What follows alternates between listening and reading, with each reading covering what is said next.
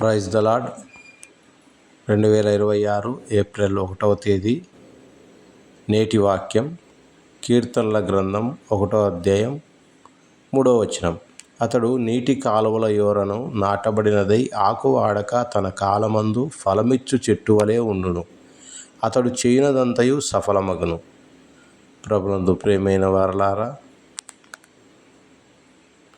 మనం ఫలించే చెట్టు వలె జీవించాలని దేవుని వాక్యం మనతో సెలవిస్తుంది.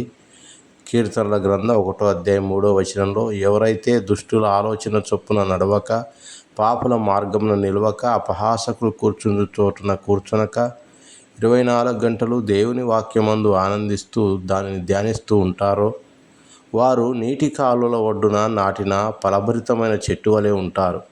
ఈ లోకంలో మనం ఫలభరితం కాకుండా వాడిపోవుటకు, ఒక మోడుబారిన జీవితంలా బ్రతుకుటకు కారణం మనం నిలబడే, కూర్చుండే, నడిచే స్థలాలే కారణం.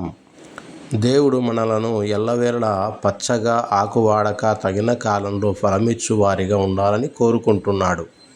అయితే ఈ ఆత్మీయ పుష్టి రావాలంటే దానికి తగిన పోషకం దేవుని జీవము కలిగిన వాక్యమే. అది మన జీవితంలో తక్కువైతే మనం నడవరాని మార్గాలలో నడిచెదము, అలాగే నిలబడకూడని స్థలములలో నిల్చుంటాము, ఇక దేవుడు నిషేధించిన స్థలాల్లో కూర్చుంటాము.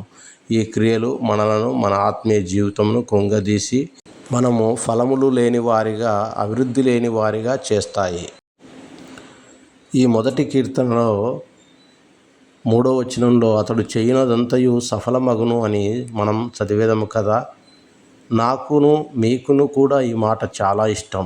మనం చేసే ప్రతి పని కూడా సక్సెస్ కావాలి, దాని విజయానుభూతిని పొందాలి అని ఉంటుంది. కానీ క్రీస్తు అను జీవజలముల యొద్ద నీవు నాటబడకపోతే, ఆయన మనలో, మనం ఆయనలో నిలవకపోతే ఎటువంటి ఆత్మీయ ఫలము కానీ, విజయము కానీ మనకు దక్కదు. అలాగే ఈ కీర్తనలో దుష్టులు గాలి చెదరగొట్టు పొట్టు వలె ఉందురని కూడా రాయబడినది కదా. ఇక్కడ చెట్టుకు పొట్టుకు చాలా తేడాలు కలవు. చెట్టు స్థిరంగా ఉండును, కానీ పొట్టు అస్థిరతతో కొట్టుమిట్టాడును.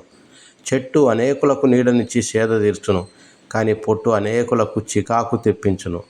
చెట్టు వలన అనేక ఉపయోగములు కలవు, కానీ పొట్టు కేవలం నిగదిపరిచిన ప్రయోజనములకు మాత్రమే. చెట్టు ఎటువంటి గాలినైనా తట్టుకొనగలదు, కానీ పొట్టు మాత్రము గాలి మొదలవ్వగానే ఎగిరిపోవును. అందుకే దుష్టులు, పాపులు నీతివంతుల సభలో, న్యాయ తీర్పులో నిలవలేరు. ప్రియమైన వారలారా, దేవుడు మనలను వాడబారని వారిగా, సకాలంలో ఫలమిచ్చు వారిగా చేయుటకు కృపను చూపునుగాక. ప్రార్థించుకుందాం. దేవా, దీవారాత్రములు నీ వాక్యములను ధ్యానించి వాటి యందు ఆనందించి నీ జీవజన్ముల కాలువ ఓరన నాటబడినట్లుగా కృప చూపుము తండ్రి. ఆమెన్.